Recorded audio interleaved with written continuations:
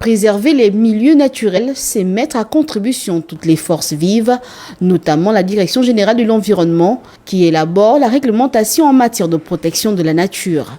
Le ministère de l'Environnement, à travers la Direction générale de l'environnement, travaille sur le segment réglementaire, donc préparer tous les textes qui vont encadrer la gestion des déchets en République gabonaise, et sur le segment stratégique, accompagner les collectivités locales à développer des plans de gestion de ces déchets.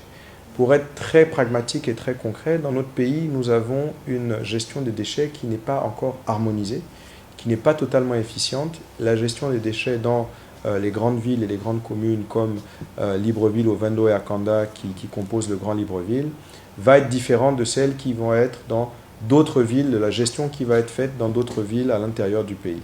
Et donc, nous adaptons notre accompagnement à ces instances-là en fonction du contexte de gestion des déchets.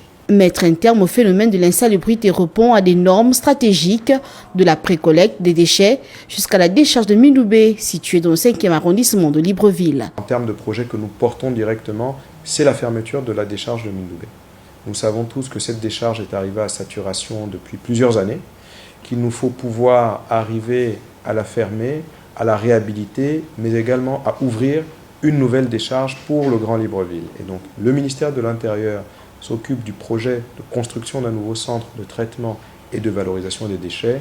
Et le ministère de l'Environnement, à travers une collaboration avec le gouvernement français, travaille sur la fermeture de la décharge de Mindoubé, dont les études ont déjà été réalisées. Ce centre-là, qui sera du côté de Coltan, permettra justement de recevoir ces différents déchets et d'optimiser les opportunités de gestion et de valorisation de ces déchets. La lutte contre l'insalubrité implique, outre les autorités municipales et environnementales, la participation de la population qui doit faire preuve de civisme pour un environnement sain.